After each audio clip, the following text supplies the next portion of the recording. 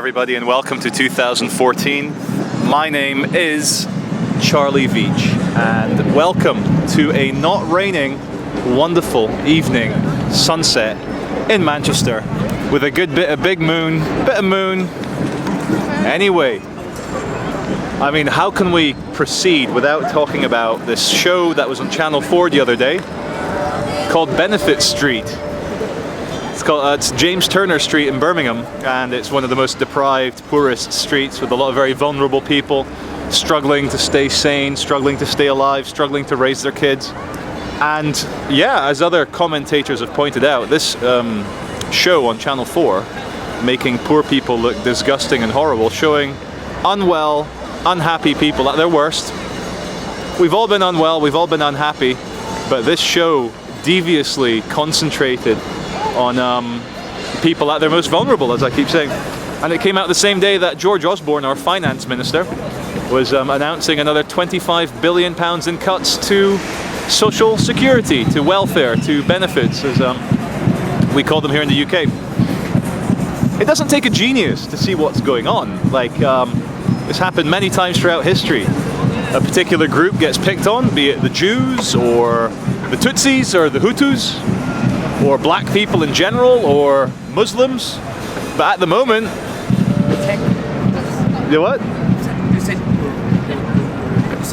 said black people's, Czech people's me. Are you Czech? Yeah. Hey, good man. And so the latest people that are getting picked on are the poor. And we all know that poor people in their small houses with their very small consumption ruined the economy. They created the banking bailouts, the greed of the poor. I mean, seeing poor people on benefits trade in stock market derivatives at forexes around the world, that pisses me off. To see the Hong Kong and Shanghai banking corporation brought down by poor people, when actually it was greedy banking psychopaths giving loans and money laundering for Mexican cartels and drug dealers and those who behead people. Mexican cartels seem to love to chop people's heads off. And not only chop their heads off, but stick their cock and balls in the mouth. That's a good insult, you know, once you've killed someone, a rival gangster. Anyway, I've been watching a bit of Chunky Mark, a bit of The Artist Taxi Driver, and I went off him for a while. I thought, oh, this guy's too left. This guy's a fucking socialist. This guy's a fucking communist. This guy doesn't understand economics. Because money has to come from somewhere, and all taxation, all government spending comes from you. From you, from me, from you. But one thing Chunky Mark does do very well is the moral indignation of a civilization that doesn't help one another. A civilization that demonizes the most vulnerable. And I've said this on my channel many times before, as everything is okay, as the love police, as that dangerous anarchist getting thrown in jail. But you can judge a civilization by how it treats its most vulnerable. And look, let's bring things back to basics. Let's get this fractal and let's shrink it down. Let me find a good backdrop. There's some good sky. Look at that. Let me cover that bloody... Ah, the haircut. Look at that fucking... Where's the beard? Where's the haircut? Let's try and look a bit more civilized. Chunky Mark, he hits the nail on the head when he talks about the Tories and the psychopathic fellatio of bankers. The fellatio of Satan, really, of massive tax breaks for the hyper-rich, amidst a backdrop where most jobs are being replaced by machines. Everything's getting automated, which is one reason. I mean, it's the banking bailouts ruining the economy, everything's fucked. But another reason that so many people, unskilled laborers, the working classes, can't find work is that they're being replaced by machines. It's progress, ladies and gentlemen, fucking progress. And so, it doesn't take a genius, as I said earlier in this video, to see that this latest ideological assault, this latest demonization, scapegoatization of the poor is a lead up to depopulation, to the new order of the ages, to the brave new world where population reduction is the key. And global alarmists are saying there's too many people.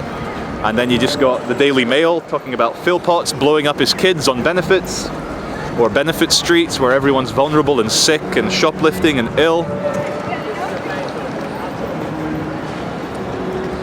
It's almost enough to say that one solution to all this would just be a free-for-all war, because I don't think killing all the poor will change anything. All it will do is bring back death camps and genocide and mass murder.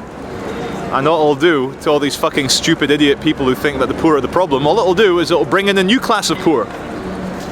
The new poor will be the middle class. You know, private school educated boarding school people who are airline pilots or restaurant owners, they'll be the new poor. And then the hyper rich, the yacht owners, the private jet flying people, they will say, ugh, those dirty middle classes with their jobs. Look at those dirty middle classes with their bourgeois interests like theatre and opera and scuba diving and holidays in the Red Sea. You get rid of one group, it gets replaced straight away. Even in the fucking society of saints, there'd be sinners. Even if we were all perfect, you can't get a group of 5 people to fucking agree on something. You can't get a civilization to agree on something. Which is why I am renewing my anarchist vows. The only thing which is morally right is your own laws, your own intuitive understanding about what's right and wrong. Not a religion, not Islam, not Christianity, not Judaism, snipping those foreskins. You know, Jews, leave those fucking kids' penises alone. That's a bit fucked up. You know, it's fucking fucked up. You think that because you all do it, it's normal. It's not normal. Making babies scream by chopping off their dicks. Like, what the fuck's wrong with you? You can connect to whatever you believe in. If you believe in a greater power. I did a video, my last video, saying that militant atheism is the only thing that respects the divinity of the subjective, and I stick by that. When I watch Stephen Hawking talking about M theory and 11 universes all collapsing in on each other with quarks, and quasars are a bit bigger. He's just fucking talking about God. It's just science talking about God in a different way. Or when I hear Muslims talking about the abstraction of one perfect big fucking creator, it's all the same thing. The universe coming into existence. What the fuck is dark matter? What's dark energy? I have a theory about dark energy, dark matter. Dark matter is the neurological pathways of the one true consciousness, and that's why you can't feel it, but it has an effect. I'm talking shit now. Anyway, this is 7.5 minutes. Just want to say I'm back. I'm fucking back. And to everyone who's missed me, I missed you too, bro. Look at that. How's that for a back? Look at that.